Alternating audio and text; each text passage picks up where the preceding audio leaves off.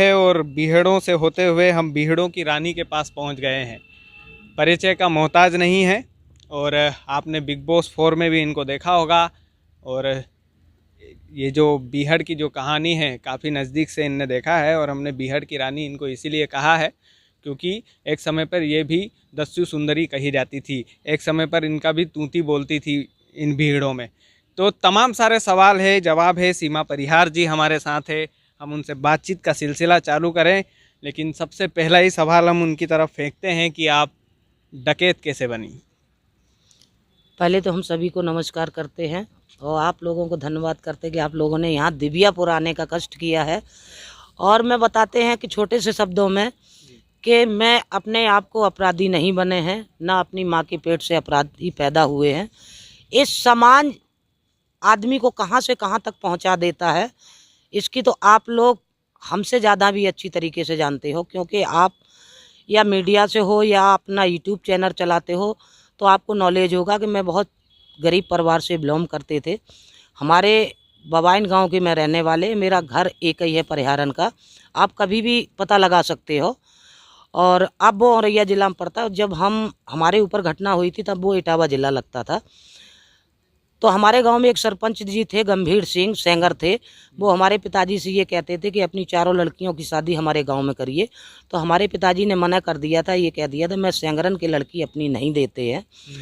तो वो ये कहते थे कि अपनी लड़कियों की शादी करिए, आपके पास में ज़मीन नहीं है तो मैं ज़मीन देंगे और चारों लड़कियों की शादी करिए। तो हमारे पिताजी ये कह देते थे मैं पैसा से गरीब हूँ लेकिन कुल के हीन नहीं हूँ।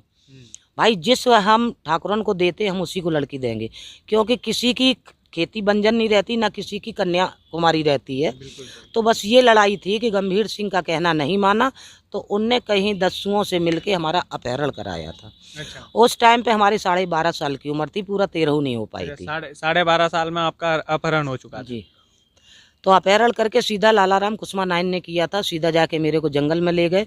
मैं उनसे बराबर यही पूछते रहे मेरे को क्यों उठा के ले आए, क्यों उठा के ले आए, लेकिन उनने मेरे को कभी कुछ बताई नहीं, ये खड़कने के अलावा कुछ नहीं बताया।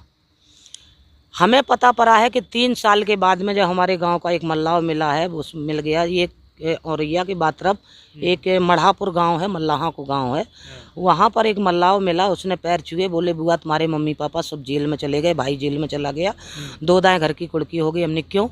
बोले कि तुम्हारे घर की कुड़की हो के पुलिस ने पकड़ के मम्मी पापा को जेल। तब मैंने लालाराम से पूछा, हमने कि मैंने आज दिन तक, मेरे को 3 सालें हो गई, मैंने कोई अपराध नहीं किया है, फिर हमारे घर की कुड़की कैसे हुई? तो लालाराम ने ये कहा है कि देखिए गैंग लीडर मैं हूँ इस गैंग का, और मेरे पास एक पैड का कागज़ है। तो जितना छोटा बड़ा कोई भी अपराध होता है जिसको हमें डिक्लेयर करना होता है हम उसमें नाम दे देते हैं। तब मेरे को ये पता लगा कि अब मैं कभी दुनिया में निकल नहीं पाएंगे। मैं जब तक वहाँ पर मैं 18 साल जंगल में रही, मैं अपने आप को ये कहती थी कि कभी मैं डामर की सड़क देख नहीं सकते हैं। अच्छा। लेकिन मैंने फिर ये भी देखा है कि जीत सच्चाई की होती है। मैं अपनी मर्जी से अगर अपराधी बनते तो हो सकता है मैं लौट के जीवन में नहीं आ पाते। मेरे साथ में अत्याचार हुआ तो ऊपर वाले ने मेरा साथ दिया, न्यायालय साथ दिया। तो मैंने डामर की भी सड़क देखी। मैं यहाँ से लेके, कहने का मतलब जंगल से निकल के जेल काटी, जेल के बाद में मैं बॉम्बे गई। बॉम्बे में सबसे पहले मैंने अपने जीवन की कहानी के ऊपर एक पिक्चर बनाई। उसके डायरेक्टर हैं कृष्णा मिश्रा, रहने वाले भी भदोई के हैं, रहते हुए बॉम्बे में हैं। तो पूरा मैंने दुनिया को तब मैंने पूरा सच्चाई दिखाई। उसके बाद में फिर मैंने ये सोचा कि चलो भाई हमें तो कना अपनी पिक्चर कहानी दिखाने थी, फिर भी हमने कोई दिलचस्पी नहीं लिया। फिर भगवान की ऐसी मेहर हुई, सीजन 4 में बिग बॉस से ऑफर आ गया। बिग बॉस में गई थी आप? हाँ जी। तो मैं पहले यही नहीं जानते थे कि बिग बॉस होता क्या है। अच्छा, जब आप गई थी तब आपको ये नहीं पता था कि क्या बिग बॉस होता है? एक्चुअली ऐसा था कि मैं जा रही थी इटावा से सीधा ग्वालियर जा रहे थे, मेरे फ़ोन पे महालनपुर पहुंच पाई, एक फ़ोन आया। तो उसमें बोला कि मैं आनंद चौहान बोल रहे और आपसे मैं बात करना चाहते। तो मैंने ये कहा कि 2 घंटे बात करना, क्योंकि मैं सफ़र कर रहे। और इतनी कह के मैंने फ़ोन काट दिया। और बैठे बैठे तो मेरे पास छोटा मोबाइल था, जब पहले नोकिया का चलता था। अच्छा। तो वही मोबाइल में मैंने आनंद चौहान के नाम से नंबर सेव कर दिया और करने के बाद में बस छोड़ दिया। 2 घंटे बाद फ़ोन उनका आया तो मैंने बात करी। तो बोले कि आपको एक शो के लिए ले रहे हैं, ना किसी अपने दोस्त को बताओगे, ना घर में बताओगे, ना मीडिया को बताओगे। अच्छा।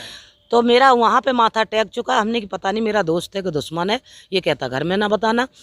और उस टाइम पे मैं 1-2 जने से डायरेक्टर से मैं खिलाफ भी थे। हाँ। तो मेरे को यही पता नहीं। और हमारे साथ में एक घटना भी घट गई थी 2006 में। हमारे भाई को पुलिस ने एनकाउंटर में मार दिया था धोखे में, कुछ दुश्मनन से मिलके। तो भाई साहब पूरे हमारे घर में मैन गार्जियन में ही हैं। तो हमारे घर वाले ने को हमने जब बताया, हमने साला ना दोस्त है कि दुश्मन है, ऐसी ऐसी हमसे बात कहता है। लेकिन वो एक अच्छा रहा कि वो एक ही नंबर से फ़ोन करते रहे। आनंद जी। अगर वे 2-4 नंबर से करते तो मैं कभी नहीं कहते कि हमें जाएंगे। अच्छा, आपको भरोसा नहीं होता उन पे? जी। तो वो एक ने, लेकिन वो उसका फ़ोन 2.5 महीना बराबर आया, कभी सुबह, कभी दोपहर, कभी शाम के। एक दिन मैं बच्चा पे थोड़े गुस्सा थे, 3 बच्चे जो हमारे भाई के बच्चे हैं और मेरा बच्चा था, जो उधम कर रहे थे, इनकी हमने पिटाई कर दी पढ़ने के ऊपर। तब तक उसकी घंटी बज गई तो उसको गाली दे के बात कर गए। अच्छा। हमने कि तू साला पहले चले जा, तू संजा सवेरे दोपहरी हड़ाता है, तेरी हम पहले सॉल्व करते हैं, आजा। तो वो कहने लगा कि मैडम मैं नहीं आ पाएंगे, मेरे लिए बहुत काम रहता है, आप अपना एड्रेस भेज दीजिए तो हम आपको कनो यहीं आना पड़ेगा। अब हमारे घर वाले फिर खिलाफ हो गए। फिर मैंने बड़े खने घर वालों को समझाया, हमने कि ऐसा है कि वो चुम्बक तो नहीं लिए होगा जो हमें चिपका लेगा।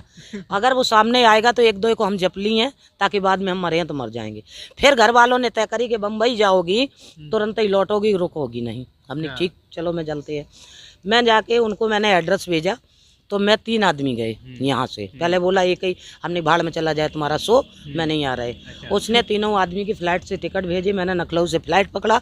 हमने कहा भाई साहब रिटर्न मेरे को तुरंत चाहिए। तो जैसे ही मैं जाके वहाँ बम्बई एयरपोर्ट उतर के जब सामने उतरिए तो एक 5 स्टार होटल सहारा बना है। अच्छा।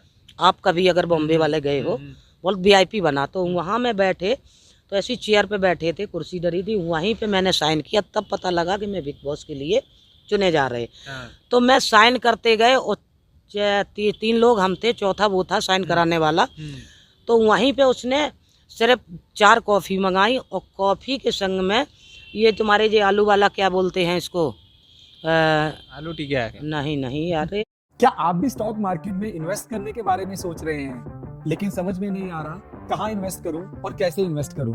तो आप चिंता मत कीजिए, आप अकेले नहीं हैं। डाउनलोड करें ग्रो। यह है इंडिया का नंबर 1 स्टॉक ब्रोकर जहां पे 1 करोड़ से भी ज्यादा इन्वेस्टर्स एक्टिव हैं। यहाँ एक ही प्लेटफॉर्म पे stocks, future and options, mutual funds, IPO और बहुत कुछ मिल जाता है जिससे आपकी जो भी ट्रेडिंग और इन्वेस्टिंग की नीड्स होती हैं वो पूरी हो जाती हैं। और सबसे अच्छा, free demat account, 0 AMC, no hidden charges.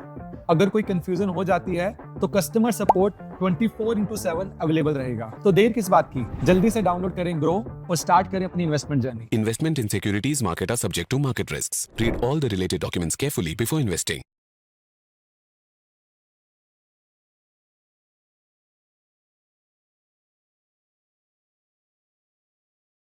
जब तक आप ये वीडियो कंप्लीट करोगे तब तक नावी UPI से मुझे 100 रुपए तक का रिवॉर्ड मिल गया होगा। मैंने अपने सारे बिल्स भर लिए होंगे, मेरी जरूरत का सारा सामान मैंने ले लिया होगा। तो वीडियो खत्म होने से पहले आप भी नावी ऐप डाउनलोड करो और हर पेमेंट पर रिवॉर्ड जीतने का मौका पाओ।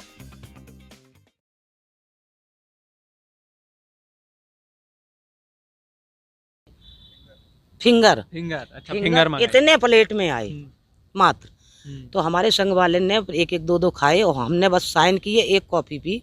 5,500 का बिल हुआ। उसने हमारे सामने बिल दिया 5,500 का। अच्छा। हमारे संग में एक लड़का था, गुर्जरन का था। तो वो ये भी कहने लगे कि बताइए ये साले 1 कॉफ़ी में और इतने फिंगर में क्या होता है। और ये बम्बई वाले चूतिया होता आदमी आधे, बताओ साले 5,500 का इनने कॉफ़ी वाली में को दे दिया। बस इतना कह के मैं साइन किए, साइन करके मैं तुरंत एयरपोर्ट पर आए, दिल्ली के लिए उड़ान भरा। दिल्ली आए, दिल्ली से रीवा गाड़ी का टिकट था तो सीधा रीवा गाड़ी बैठे। उसको टाइम दे आए थे कि क्या तारीख में आना है, तो वो 28 तारीख को हमें फिर रिटर्न होने था। 28 तारीख को फिर टिकट आ गया। फिर मैं बॉम्बे पहुँचे तो मेरे पास एक हाई कोर्ट का ऑर्डर है कि मैं कहीं ऑल इंडिया में रहें तो हमें CGM के यहाँ फर्स्ट वीक में पेश होने पड़ता था, क्योंकि अभी हमारे ऊपर मुकदमा चल रहा है। तो उससे मैंने कहा, बोले कि हमें हाई कोर्ट से करा लिया कि राजीव चड्डा थे, बोले हमें करा लिया है।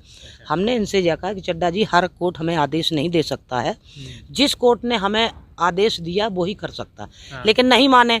बम्बई वाले ने ये कह दिया कितना पैसा लगे मैं देंगे, आप करा के लाई। लेकिन मैं तो जानती थी केस लड़ते लड़ते आज हमें भी इतने सालें हो गई। आदमी जब केस लड़ता है तो आधा वकील खुद हो जाता है।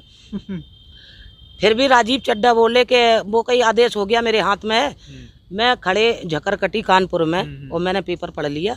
वहाँ से हाई कोर्ट से सीधा माने लिख के जज ने दे दिया कि सीमा परिहार निचली अदालत में अपना प्रार्थना पत्र दे के जा सकती हैं। अच्छा। और राजीव चड्ढा फिर भी नहीं माने। लेकिन मैंने जब पेपर पढ़ लिया तो हमें कोई दिक्कत नहीं थी। मैं जाके एयरपोर्ट पहुंचे, मैं बॉम्बे पहुंच गए। एक बम्बई में एक वकील आया मेरे पास, वो हमसे टेढ़े बेड़े कर माने पूरा दिन मेरी खोपड़ी खा के फेंक दी। लास्ट में यही बोले आनंद चौहान से, हमने ये बताइए तेरा हमने की क्लच चैनल का मालिक कौन है? हमने कि तुम्हारे अलावा कोई और है? बोले हाँ। तो हमने उससे हमें 2 मिनट बात कराओगे? कि बिल्कुल। हमने उससे बात करी। हमने कि ये बताइए मेरा वकील स्टाम्प पेपर पे लिख के दे रहा कि आपके क्लच चैनल पे या बिग बॉस के घर में कोई दिक्कत आती उसके जिम्मेदार हमें। और हमने कि ये तुम्हारा वकील इतने बहस लगाए, हमने कि इसको मेरे ढंगा से अलग कर दो, नहीं पिटाई कर देंगे। क्योंकि मेरी खोपड़ी बिल्कुल पंचर हो चुकी है। अच्छा। तो कुणाल जी वहाँ पर थे उस टाइम पे। तो कुणाल जी ने कही कि सीमा जी तुरंत मंगाइए। मैंने वकील साहब को, हमारे यहाँ तोमर साहब थे, तो उनको मैंने फ़ोन किया। 5 मिनट में उनने स्टाम्प पेपर पे अपना लिख के तुरंत फैक्स कर दिया और 2 तारीख को मैं अंदर हो गए जाके। अच्छा, ये बिग बॉस के अंदर का सफ़र आपका कैसा था? कितना मज़ा आया? बिहाइंड द सीन होते हैं कि नहीं कैमरा वगैरह में? और सलमान खान से आपकी बातचीत अभी होती है कि नहीं होती है? देखिए अभी इस टाइम पे 1.5 साल से ज़्यादा होगी, 2 मान लीजिए हो चुकी, 2-2.5 सालें होगी, तब से बिल्कुल कांटेक्ट टूट चुका है। जो नंबर सलमान भाई के पहले हाथ में रहता था, नंबर की घंटी आज भी जाती है, लेकिन फ़ोन कोई रिसीव नहीं करता है। अच्छा। ठीक है। फिर हमने दूसरे का भी नंबर लिया। एक इनका जो बिग ह्यूमन कंपनी का जो का नाम है ओनर है, तो उसमें एक तिवारी जी हैं, उनका नंबर मेरे पास है। उनसे मैंने कहा कि मैडम मेरी औकात नहीं है कि मैं सर से बात करा दें। ठीक है। मैंने एक दिया जो उनका असिस्टेंट है, जो उनका कारोबार देखता है, उसका नाम देखो अच्छा है, समीरा। समीरा का नंबर दिया। समीरा को मैंने मैसेज किया, लेकिन समीरा ने भी नहीं बात करा पाई है। तो अभी मान लीजिए कि 2-2.5 साल हो गए, तब से कांटेक्ट टूट चुका है। लेकिन अगर देखा जाए, जब मैं बिग बॉस में रही हैं, कि जितना हमें इज्जत सलमान ने दिया है, हो सकता है इतना कभी नहीं कोई